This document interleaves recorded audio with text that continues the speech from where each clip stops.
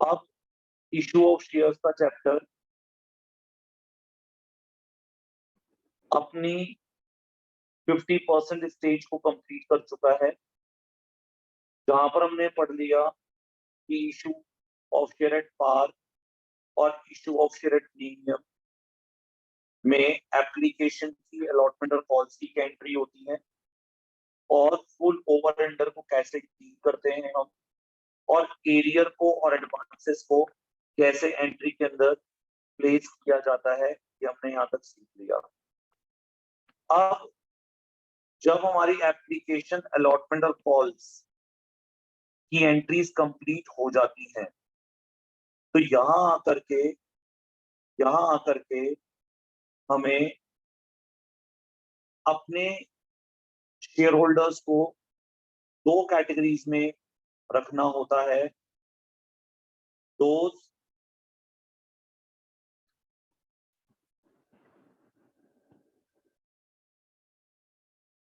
Shares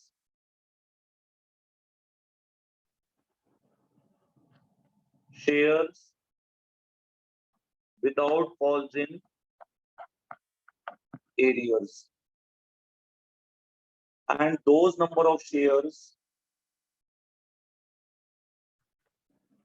which are with calls in arrears means ऐसे shares जो call in arrear नहीं कर रहे थे, और ऐसे शेयर्स जो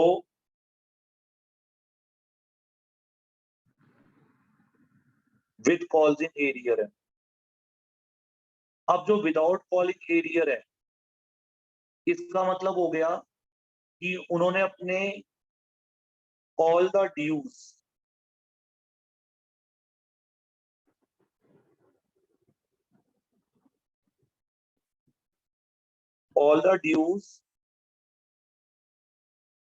of application, allotment and calls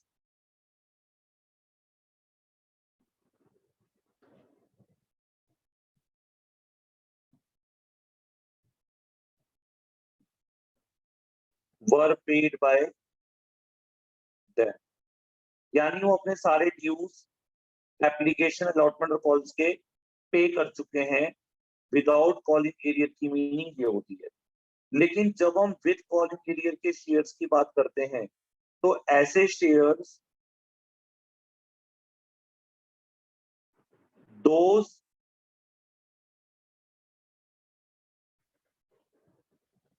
shares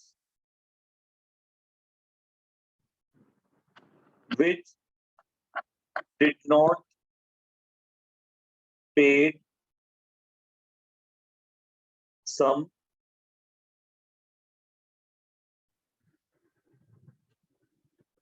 allotment and or calls money। यानी ऐसे शेयर जिन्होंने हमें अभी भी अलॉटमेंट या कॉल या अलॉटमेंट पे नहीं करी, अलॉटमेंट और कॉल्स पे नहीं करी, या कॉल्स पे नहीं करी, यानी कहीं ना कहीं वो अभी भी हमें एरियर कर रहे हैं, उनका एरियर चल रहा है हमारे पास। तो जब हमारी एंट्रीज हो जाती हैं कॉल्स तक, तो जो शेयर्स हमें पूरा अमाउंट पे कर चुके होते हैं, उन शेयर्स को तो अब हम इग्नोर कर देते हैं, यानी उनको हम भूल जाते हैं, because they paid all the dues of the company. लेकिन जिन्होंने कंपनी के साथ,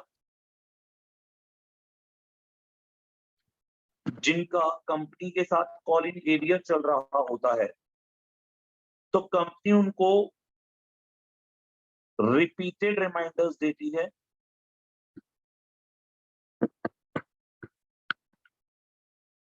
और रिपीटेड रिमाइंडर्स में कंपनी उनको बार बार परसुएट करती है कि आप अपने एरियर को क्लियर कर लीजिए, ताकि आप भी फर्स्ट कैटेगरी में आ जाएं विदाउट फॉलिंग एरियर वाली, और आपके कंपनी की तरफ कोई भी ड्यूज ना रहे।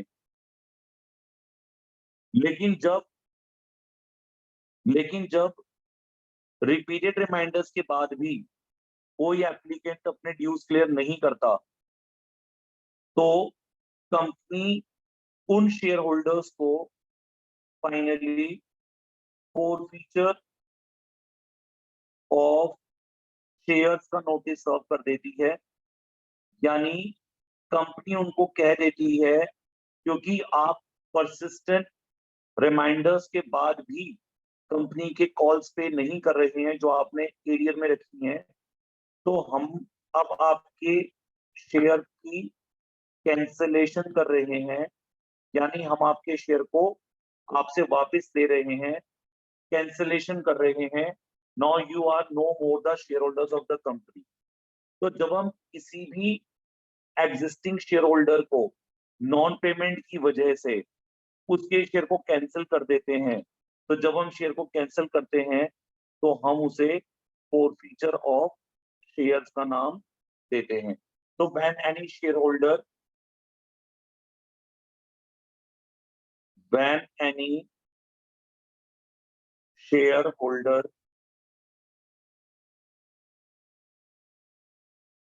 fails to pay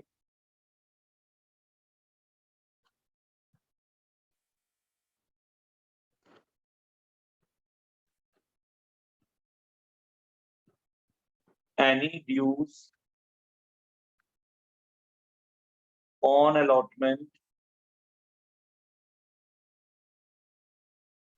and or calls, the shares of such shareholders are cancelled by the company called as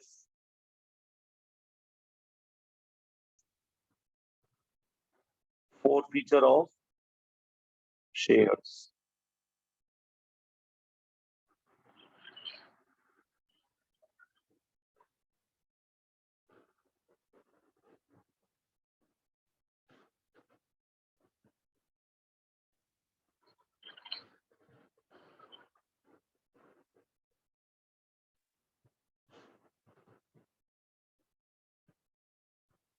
जब शेयर फॉरफीट होते हैं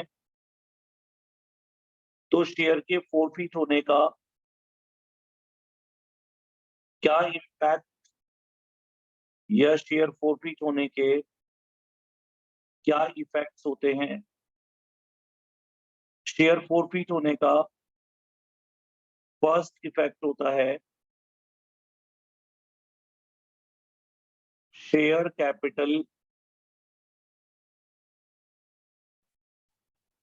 of the company gets reduced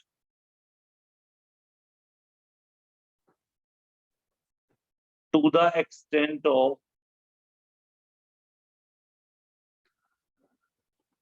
number of shares forfeited। जितने शेयर कंपनी ने forfeit करे होंगे उतने share से company की शेयर कैपिटल रिड्यूस हो जाएगी। और जब शेयर कैपिटल रिड्यूस होती है तो हमने बेसिक रूल पढ़ा हुआ है, कैपिटल जब भी डिक्रीज होती है तो वे कैपिटल के रूल को रिकॉल करना होता है। कैपिटल इंक्रीज होने पर हम कैपिटल को क्रेडिट करते हैं और कैपिटल के डिक्रीज होने पर हम उसी कैपिटल को डेबिट करते हैं। यानी कैपिटल का रूल कहता है इंक्रीज हो जाए तो क्रेडिट कर दो, डिक्रीज हो जाए तो डेबिट कर दो।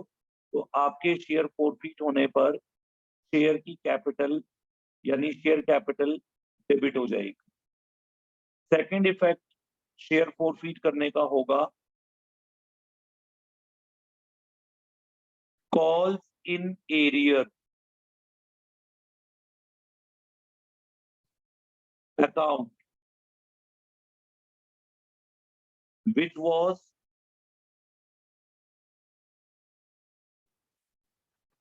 calls in arrear account which was या which were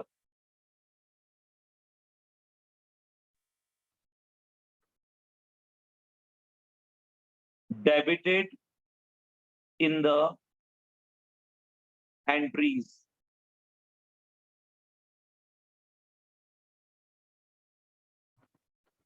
will be closed by crediting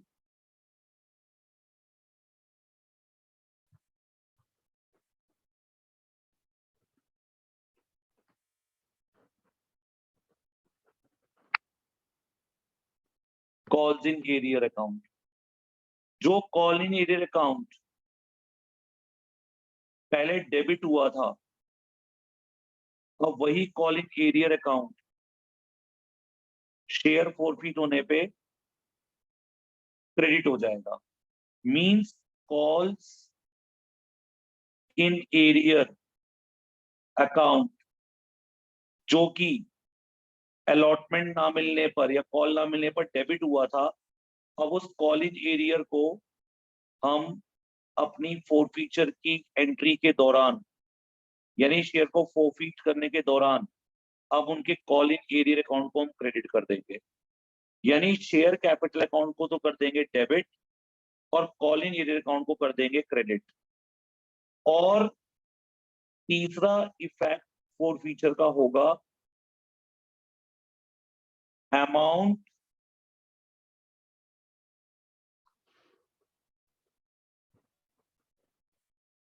already paid by shareholder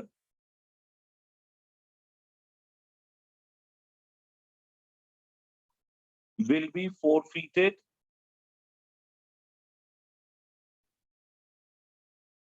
by the company and such amount so paid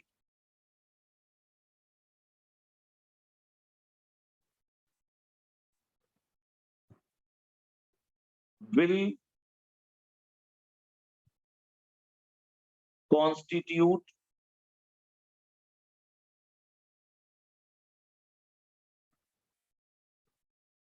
profits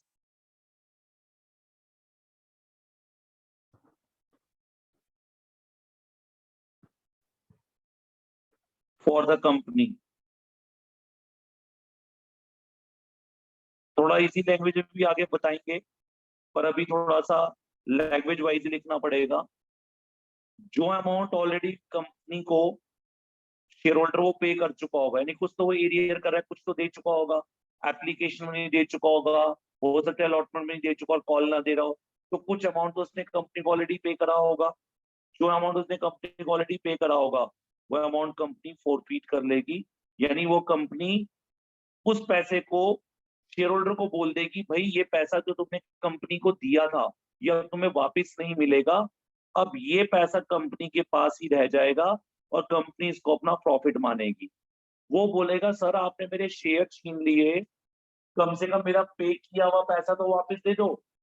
तो फोरफीचर में लीगल रूल पहले ही बता दिया जाता है कि जब कोई पर्सन अपने शेयर का पैसा पे नहीं करता है और यदि उसके शेयर फोरफीट किए जाएंगे तो उसका पे किया गया पैसा उसको वापस नहीं दिया जाएगा और वो कंपनी की बुक्स में कंपनी के लिए प्रॉफिट माना जाएगा.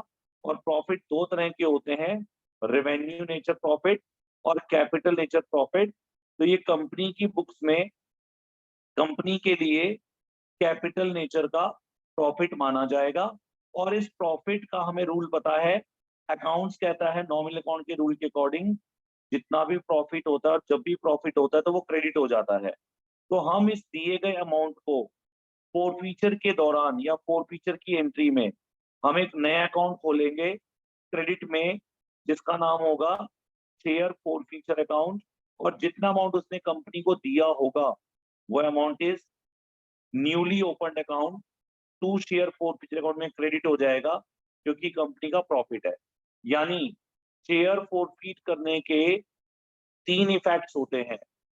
पहला इफेक्ट होता है कैपिटल को डेबिट किया जाता है उतने नंबर ऑफ शेयर से जितने कैंसिल हो रहे हैं।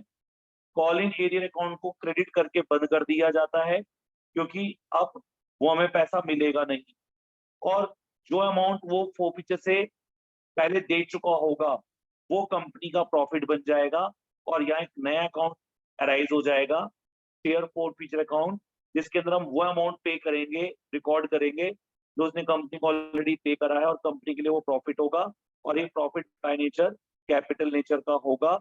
इसको एक सेपरेट अकाउंट में कैरी कर दिया जाएगा, शेयर फोरफीचर अकाउंट। इसलिए शेयर को जब भी फोरफीट किया जाएगा तो शेयर को फोरफीट करने के लिए जर्नल एंट्री बनेगी, शेयर कैपिटल अकाउंट डेबिट, क्योंकि शेयर फोरफीट करने से कैपिटल डिक्रीज हो रही है। तो कैपिटल डिक्रीज होने पर, कैपिटल अकाउंट को डिक्रीज होने पर क्रेडिट कर दिया जाता है। टू शेयर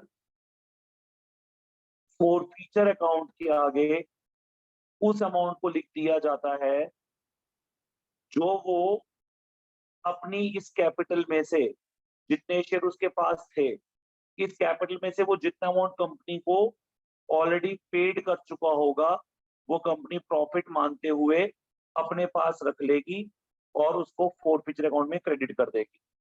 और इस कैपिटल का जो भाग उसने कंपनी को नहीं दिया होगा वो कॉल्स इन एरियर अकाउंट के नाम से क्रेडिट हो जाएगा। तो हमारी एंट्री बन जाएगी फोरफीचर की, share capital account debit to share forfeiture account to calls in arrear. Capital debit इसलिए क्योंकि कैपिटल डिक्रीज हो रही है, कैपिटल का वो भाग जो वो कंपनी को दे चुका था वो कंपनी रख लेगी अपने पास, वो कंपनी के लिए प्रॉफिट है, और जो भाग उसने कंपनी को पे नहीं करा था वो कॉल इन एरियर में डेबिट हुआ था ऊपर, अब वो कभी भी कंपनी को नहीं मिलेगा, इसलिए कॉल इन एरियर को कंपनी क्रेडिट कर देगी। This is the entry for forfeiture of share based on these 3 above impacts.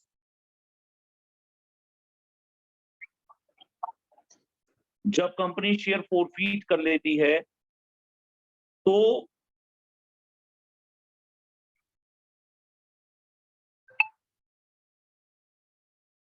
Forfeiture करने से कंपनी की कैपिटल कम हो जाती है, पर कंपनी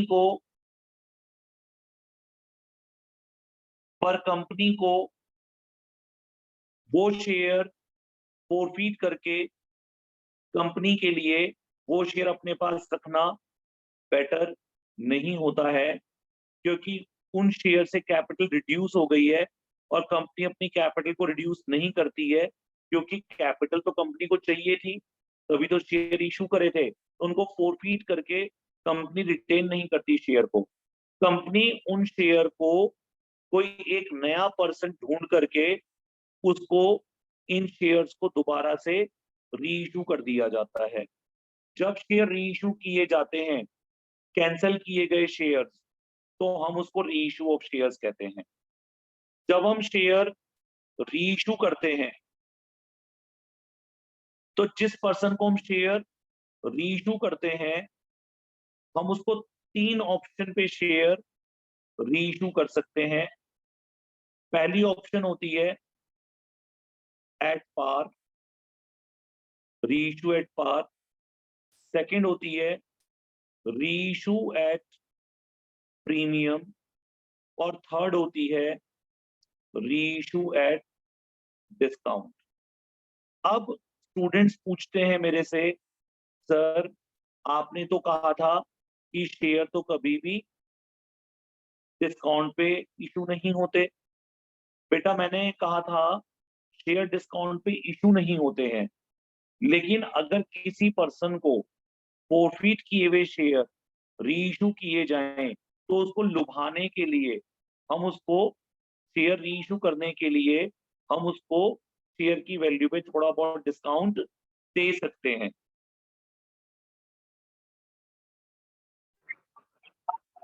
जब कंपनी शेयर रीइश्यू करती है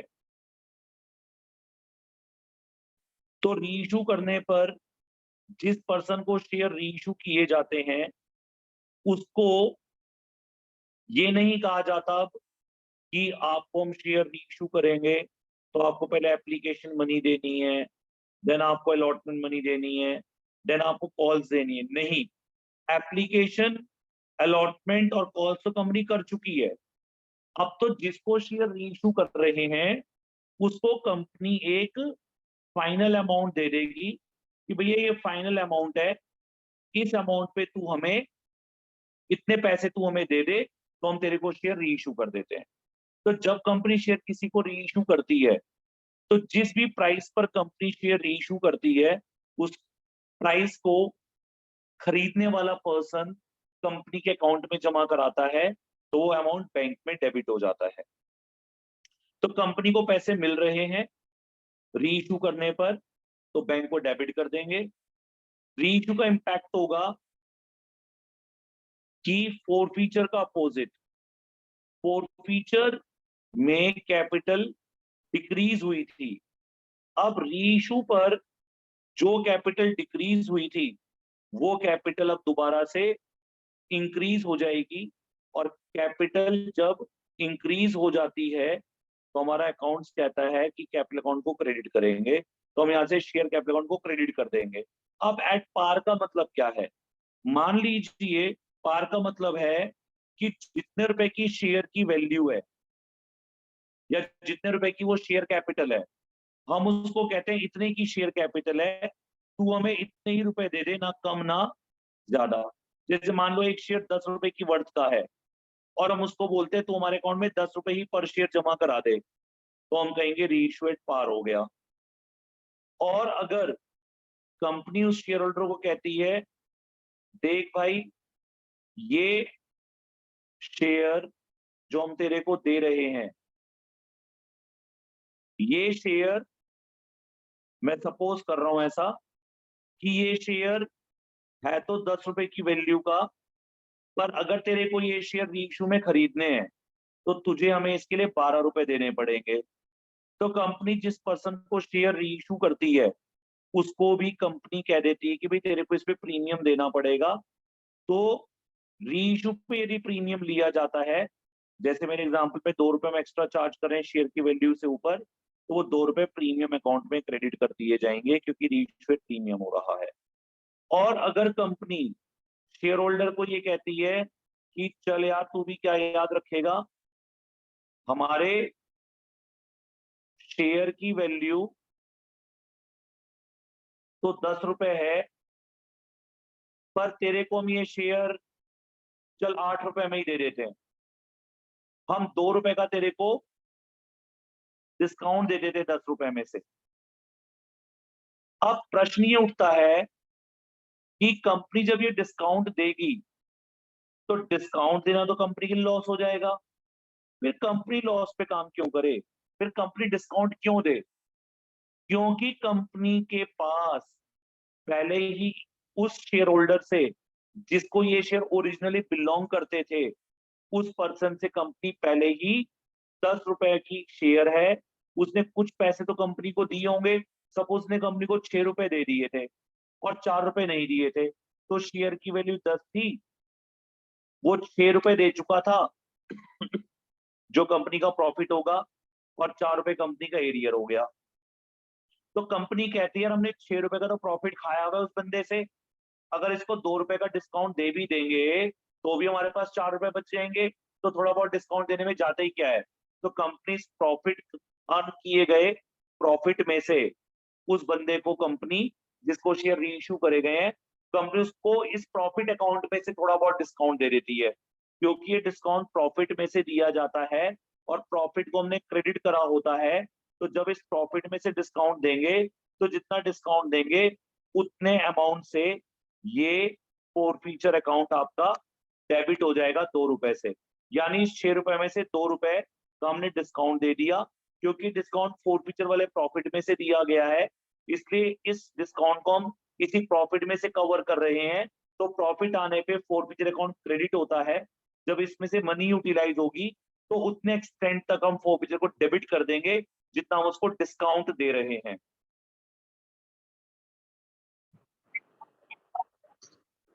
जब शेयर कंपनी पार पे री इशू नहीं कर पाती है या प्रीमियम पे री इशू नहीं कर पाती है, तो कंपनी कहती है चलो भाई थोड़ा बहुत इस बंदे को डिस्काउंट दे देते हैं तो ये हमारा शेयर खरीदने को तैयार हो जाएगा। तो कंपनी ने उसको 2 रुपए का डिस्काउंट दे दिया, क्योंकि कंपनी में 6 रुपए का ऊपर प्रॉफिट था। तो कंपनी ने कहा चलो 6 में से 2 डिस्काउंट दे देंगे, या 3 दे देंगे, या 4 भी दे सकते हैं, 5 भी दे सकते हैं, 6 भी दे सकते हैं।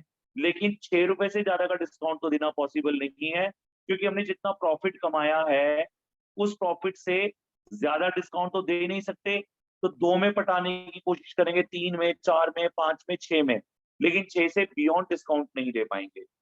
अब जब री इशू की एंट्री हो जाएगी पार पे, प्रीमियम पे या डिस्काउंट पे, तो इसके बाद लास्ट स्टेज आती है। इस स्टेज को हम कहते हैं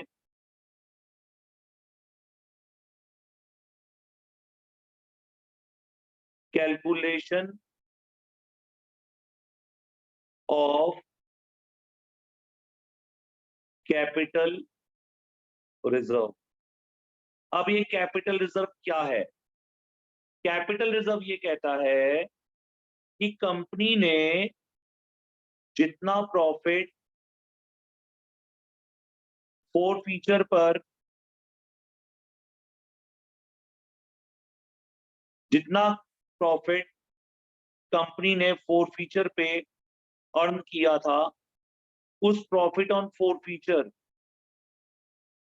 जो प्रॉफिट ऑन फोर फीचर था, ये भी कंपनी के लिए एक तरह का कैपिटल प्रॉफिट है। अगर हम 11th क्लास को रिकॉल करें तो रिजर्व एंड प्रोविजंस के चैप्टर में हमने कैपिटल रिजर्व का कॉन्सेप्ट पढ़ा था। उसमें हमने पढ़ा था कि जितने भी कैपिटल नेचर के प्रॉफिट्स होते हैं वो कैपिटल रिजर्व में ट्रांसफर किए जाने चाहिए। और उन्हीं एग्जाम्पल में हमने पढ़ा था कि जो शेयर फोरफीट करने से कंपनी को लाभ होगा, प्रॉफिट होगा, वो भी एक तरह का कैपिटल प्रॉफिट माना जाएगा। तो कंपनी का ये जो 6 रुपए का प्रॉफिट है, ये 6 रुपए का प्रॉफिट कंपनी कैपिटल रिजर्व में ट्रांसफर करेगी। पर इस प्रॉफिट में से कंपनी ने यदि डिबेंचर पार पे इशू नहीं हो पाए होंगे अगर, और ना ही प्रीमियम पे हो पाए होंगे, तो कंपनी को डिस्काउंट देना पड़ा होगा। जैसे मेरे एग्जांपल में कंपनी ने 2 रुपए का डिस्काउंट दिया है, तो कंपनी क्या करेगी, ये जो 4 रुपए का, 6 रुपए का जो प्रॉफिट है, उसमें से कंपनी ने जितना डिस्काउंट री इशू पे दिया होगा उसको माइनस करेंगे। उसके बाद अब जो रिमेनिंग प्रॉफिट बच जाएगा फोर फीचर से 4 रुपए का, ये 4 रुपए का प्रॉफिट पर शेयर हम कैपिटल रिजर्व में ट्रांसफर कर देंगे। तो जब ये प्रॉफिट कैलकुलेट करना होगा, यानी फोर फीचर के बाद री इशू कीजिए, री इशू के बाद वर्किंग नोट में इस प्रॉफिट को कैलकुलेट कीजिए, और जितना प्रॉफिट आया रिजर्व में डालने के लिए, उससे शेयर फोर फीचर अकाउंट के बचे हुए बैलेंस को डेबिट करते हुए ट्रांसफर कर दीजिए कैपिटल रिजर्व में। तो कैपिटल रिजर्व अकाउंट क्रेडिट हो जाएगा और शेयर फोर फीचर अकाउंट का प्रॉफिट 4 रुपए डेबिट होगा और वो रिजर्व में कन्वर्ट हो जाएगा। जैसे ही हम प्रॉफिट री इशू के बाद का रिजर्व में डालेंगे, यहां आकर के हमारा आंसर दी एंड हो जाएगा और यहां आकर के शेयर का क्वेश्चन खत्म होता है। Example on forfeiture and reissue of shares।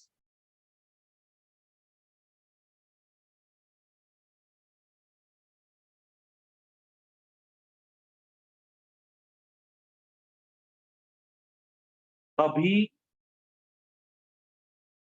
जो हमने ये टॉपिक पीछे करा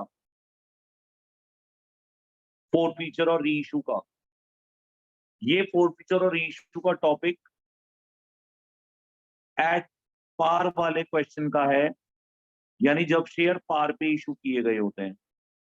और हमने जब चैप्टर आज रिकॉल करा था, तो एट प्री मतलब हम अभी जो हम पढ़ रहे हैं वो पार पे full, under, over, arrear, advance, forfeiture, reissue, reserve तक पढ़ चुके हैं।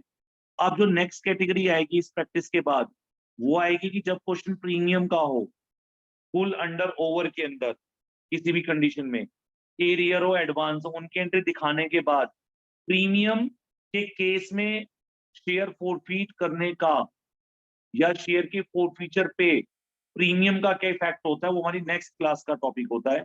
अभी जो हमने फोरफीचर रीइश्यू पढ़ाया वो ये एज्यूम करते हुए पढ़ाया कि हमने शेयर पार पे इशू करेंगे, तो हम पहले एट पार वाली कंडीशन के फोरफीचर रीइश्यू रिजर्व को पढ़ा है हमने। अभी तुम्हारी कंडीशन है, इजी करेंगे पहले, एट पार का क्वेश्चन है,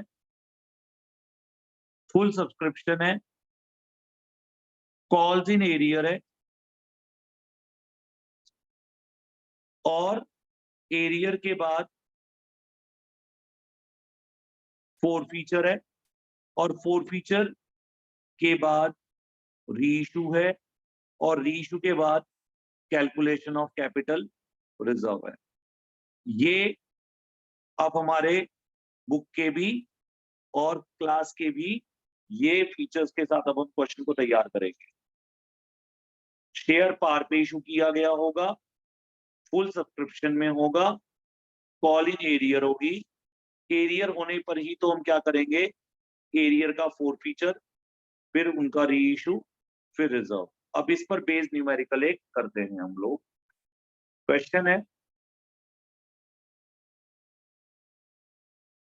X Limited issued 10,000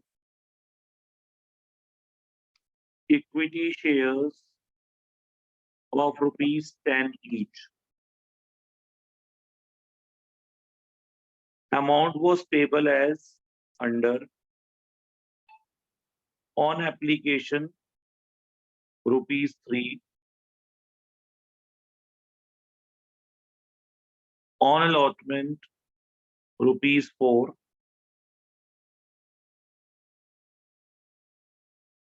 on first and final call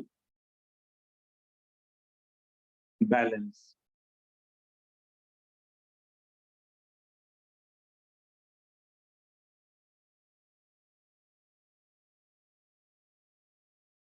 All the shares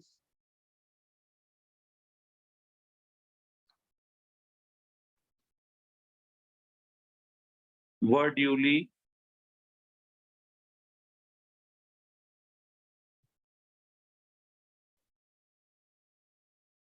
subscribed and allotted.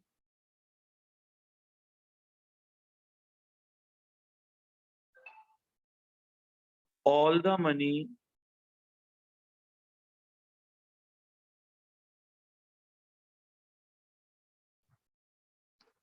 was duly received except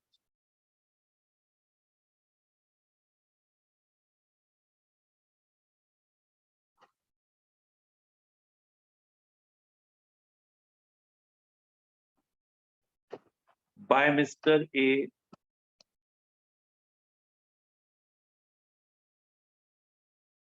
the holder of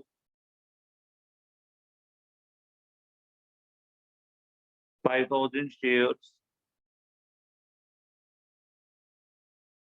failed to pay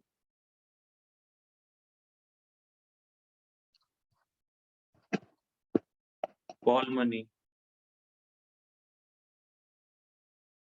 and his shares were forfeited after the call and reissued.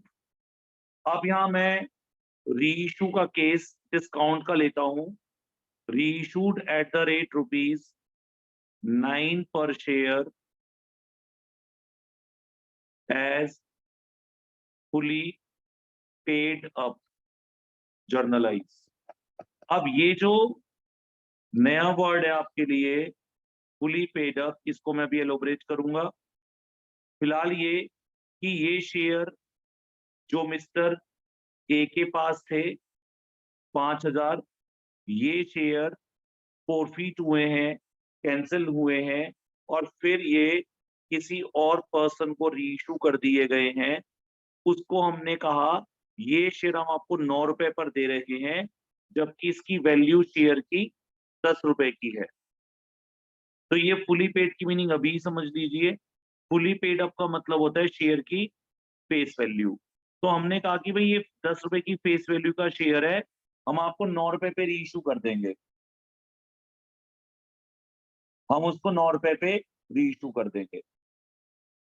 अब आपको entries बनानी है।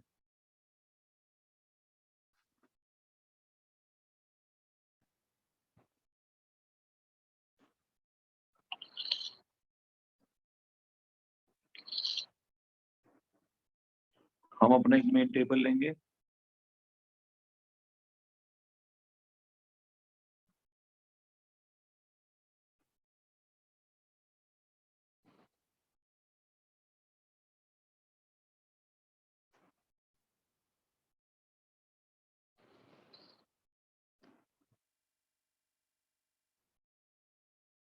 Application money 3,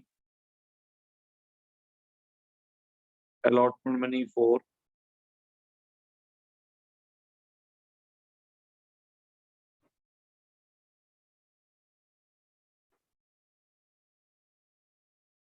first and final call money 3, share capital 1 lakh shares into 3, 3 lakh, 1 lakh into 4, 4 lakh, 1 lakh into 3, 3 lakh.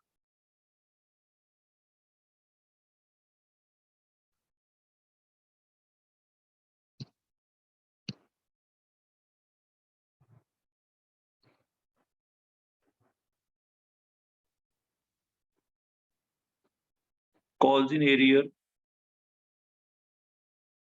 ए के पास 5,000 share है, उसने अपनी call money पे नहीं करी, वो एप्लीकेशन और अलॉटमेंट मनी दे चुके थे, यानी यहां तक तो उसने पेमेंट करी, कॉल नहीं पे करी जब, तो कंपनी ने फर्स्ट कॉल ना देने के बाद हम मानते रिपीटेड रिमाइंडर दिए होंगे और उसने फर्स्ट कॉल फाइनली कंपनी को नहीं दी, तो कंपनी ने उसके शेयर फॉरफिट कर दिए। और इसके बाद बैंक की वैल्यू, जितना पैसा हमारे बैंक में आना है। अब एप्लीकेशन तो 3 लाख का 3 लाख आएगा, अलॉटमेंट में 4 लाख का 4 लाख आएगा, 5 into 3 15,000 एरियर का हो जाएगा, तो 3 लाख माइनस 15,000, 2,85,000 हमें फर्स्ट कॉल के बैंक में रिसीव होंगे।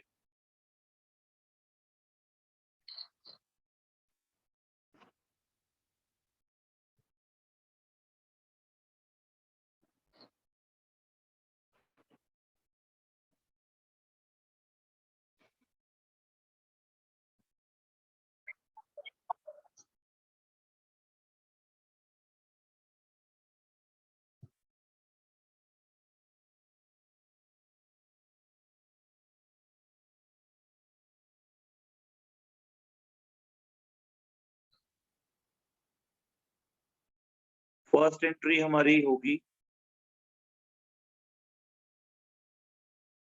Bank account debit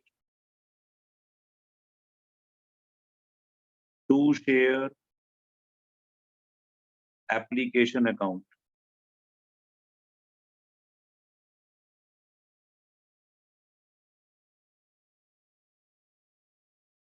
next entry होगी share application account debit 3 lakh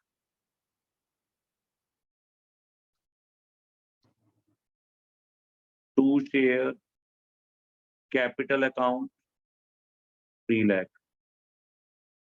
next entry होगी share allotment account debit to share capital account.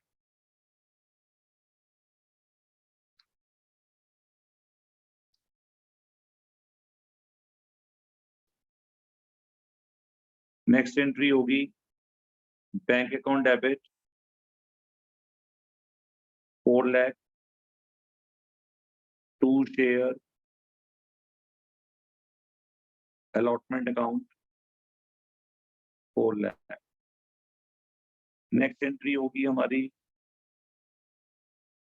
Share first call account debit to share capital account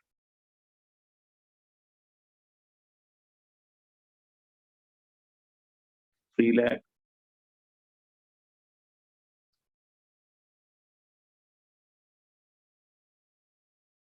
next entry होगी bank account debit 2,85,000 to share first and final call account 3 lakh। 15,000 debit हो जाएंगे calls in arrear में।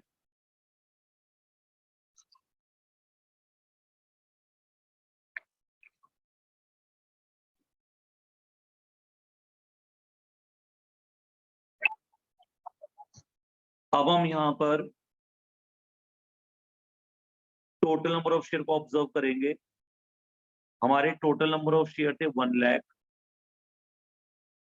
इसमें से हमें यहां पता चला कि 5,000 शेयर जो मिस्टर एक्स के पास हैं, मिस्टर ए के पास हैं, उसने हमें कॉल मनी नहीं दी है। तो ये आप ऑब्जर्व भी कर सकते हैं कि वो यहाँ एरियर कर रहा है।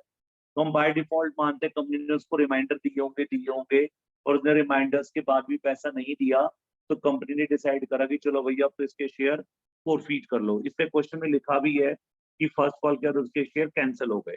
तो अब जो बचे हुए 1 लाख में से 95,000 शेयर्स हैं, इनके लिए तो एंट्रीज खत्म हो गई, क्योंकि ये यहाँ पर देखिए अमाउंट दे चुके हैं अपना। यहां तक तो इसने भी दिया था अलॉटमेंट तक। एप्लीकेशन तो सभी ने दी थी, अलॉटमेंट भी सबने दी थी। कॉल पे ए ने पैसे नहीं दिए थे, तो 95 वाले तो पूरा दे चुके हैं, तो उनको तो ड्रॉप कर दीजिए, उनका क्वेश्चन नहीं है। अब आपको ए के शेयर फॉरफीट करने हैं। तो फॉरफीचर की एंट्री हमने लिखी थी share capital account debit. Logic बताया था कि हमारे शेयर की, हमारे कैपिटल डिक्रीज हो रही है क्योंकि शेयर फॉरफीट हो रहे हैं।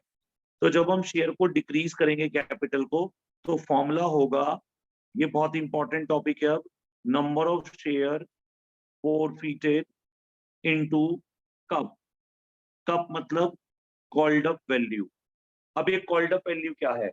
कॉल्ड अप वैल्यू का मतलब होगा कि जब हमने ए के शेयर फॉरफीट करे, तो टिल दैट टाइम हम ए से कितने रुपए पर शेयर मांग चुके थे। तो हमने देखा कि हमारे 3-4-3 का प्लान है, 10 रुपए की फर्स्ट कॉल है। जब हमें ए ने फर्स्ट कॉल नहीं दी, फर्स्ट एंड फाइनल कॉल, तब हमने उसको रिमाइंडर दिया कि भैया तेरे शेयर फॉरफीट हो रहे हैं। तो शेयर फॉरफीट होने तक हम उससे कितने रुपए कॉल्ड कर चुके थे? 10 रुपए। इसको कॉल्ड अप वैल्यू कहते हैं। तो 5,000 शेयर ए के 10 रुपए की कॉल्ड अप वैल्यू वाले, यानी टोटल कैपिटल 50,000 से डेबिट होगी। अब इस 10 रुपए में से जितने रुपए वो हमें दे चुका है, उसको हम लोग शेयर फॉरफीचर अकाउंट में क्रेडिट करेंगे। अब उसने मुझे, प्लीज सुनेंगे, 3 रुपए एप्लीकेशन के और 4 रुपए अलॉटमेंट के दे दिए थे। पर जो अमाउंट उसने मुझे दे दिया था 3 और 4 7 रुपए का, वो अमाउंट उसने मुझे एप्लीकेशन और अलॉटमेंट के नाम से दिया था। पर जब वो एज अ प्रॉफिट रिकॉर्ड होगा, तो उसका नाम एप्लीकेशन अलॉटमेंट नहीं होगा, उसका एक नया नाम होगा शेयर फॉरफीचर। यानी एप्लीकेशन और अलॉटमेंट मनी जो वो मुझे दे चुका था, इनके अब नए नाम एप्लीकेशन अलॉटमेंट नहीं होंगे, इनके नाम, अब इनका नया नाम होगा फॉरफीचर। तो 5,000 शेयर पर 7 रुपए, 3 रुपए एप्लीकेशन वाले, 4 अलॉटमेंट वाले, 7 रुपए दे चुका है। तो 35,000 हमारा प्रॉफिट अकाउंट में चला गया। इसके बाद जो अमाउंट उसने मुझे नहीं पे करा, वो मैंने बताया था कॉल इन एरियर अकाउंट में डेबिट हो रखा है। अब हम क्या करेंगे, उस अमाउंट को यहां से क्लोज कर देंगे, क्योंकि अब हमें वो नहीं मिलेगा, इसलिए कॉल अकाउंट क्लोज हो जाएगा। तो ये एंट्री फोरफीचर की हो गई।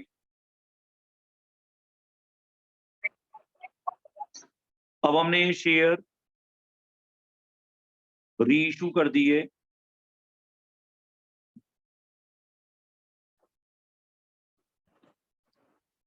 शेयर इशू करने पे हमारी एंट्री थी bank account debit to share capital account. अब जो हमारी जिस तरह से हमारी कॉल्ड अप वैल्यू होती है ऊपर, वैसे री इशू में कॉल्ड अप का नाम बदलकर पीयूपी पेड अप हो जाता है, यानी ये पेड अप वैल्यू बन जाती है। तो हमारे 5000 शेयर हैं जिनकी पेड अप वैल्यू 10 रुपए है। मैंने यहां भी बताया फुली पेड अप मतलब फेस वैल्यू। तो 5000 इंटू 10 कितना हो गया? 50,000।